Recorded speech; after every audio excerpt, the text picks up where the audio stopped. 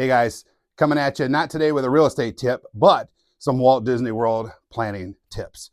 As you know, I am a huge Disney buff. I've been more times than I can count. And through those years, I have learned lots, and I'm here to share my top 5 tips with you right now. But stick around to the end.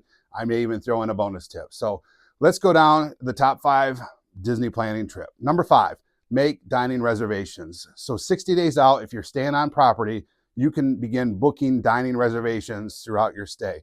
Do that. Even if you don't use them, you still have a chance to book a sit-down meal. So throughout the day, you can look forward to that one time where you're sitting down, air-conditioned, good meal, if you have the reservation. If you don't, you're fighting for tables, you're fighting for places to eat, you're sitting outside most likely. Make a dining reservation. You can cancel it up to 24 hours ahead of the reservation. So if you decide the day before that you're not feeling it, or maybe your plans change, you can always cancel. Number 4, come early on your trip. So when you're planning your vacation, try to fly in as early as possible into Orlando. That way you can get to property, check your bags. Even if you can't check into your room yet, you can start using the pool. 2025, you're staying on Disney property. They're throwing in water park passes complimentary. So you can go over to Typhoon Lagoon or Blizzard Beach as part of your trip as an extra bonus, or go to Disney Springs. But come early, start getting inoculated and start learning the map if you've never been before, and start having fun. Number 3, either rope drop or close the park. Rope drop means that you're there right when it opens. Closing the park obviously means you're closing. We like to do both, but at least do one or the other. That's normally the best time to ride rides, is either first thing when people are just getting there, lines haven't built up yet, or towards the end when people are tired and they leave. During the middle of the day, that's the busiest peak time. That's when everybody's there. That's when it's the hottest. My family, we always rope drop in the morning, stay till about lunchtime, go back after lunch to our room for a little bit, enjoy the pool, relax, get off our feet, then head back about dinner time to have dinner, and then finish the park and close the park. It's a great way to enjoy the day, but do one or the other, or both. So number 2, pack for weather. So Disney lets you bring things into the park. So buy disposable ponchos before you come from Walmart or somewhere. Put them in your backpack. Amazon, you can order booties that goes over your shoes that zip up to make them waterproof. It's Florida. The chance of rain is there.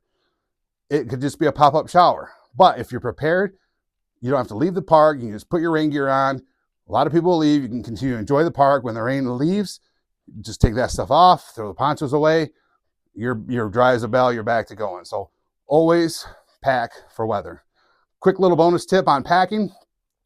Disney also allows you to bring any drinks and food to the park. So if you do grocery delivery to your resort, you can get a pack of water, snacks delivered to your park, throw those in your bag, take those into the park, save you a little bit of money in the park versus buying $5, $6 bottles of water. You can buy a $5 or $6 case of water, have it in your room, bring it in. Extra bonus tip, put a couple of those bottles in the freezer so they're frozen, put them in your backpack. So as it's warm throughout the day, they're unthawing and it's still cold in the afternoon when you're looking for a cold water. Number 1, resort hop.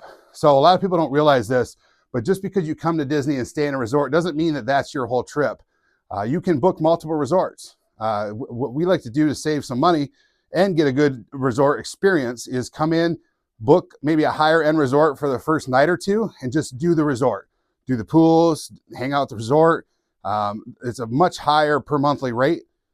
And then transfer to a cheaper resort for when you're in the parks. Again, when you're in the parks, you're not really at the resort. You're just sleeping there. So there's no reason to spend a ton of money on a room that you're not actually in except for to sleep. So go resort hop, stay at a couple of different resorts. Especially if you're staying on an extended period of time, and you'll have more fun. You'll get more out of your Disney trip. You'll save a little bit of money by getting that resort feel off a top dollar resort, but staying budget friendly when you're actually in the park. So bonus tip.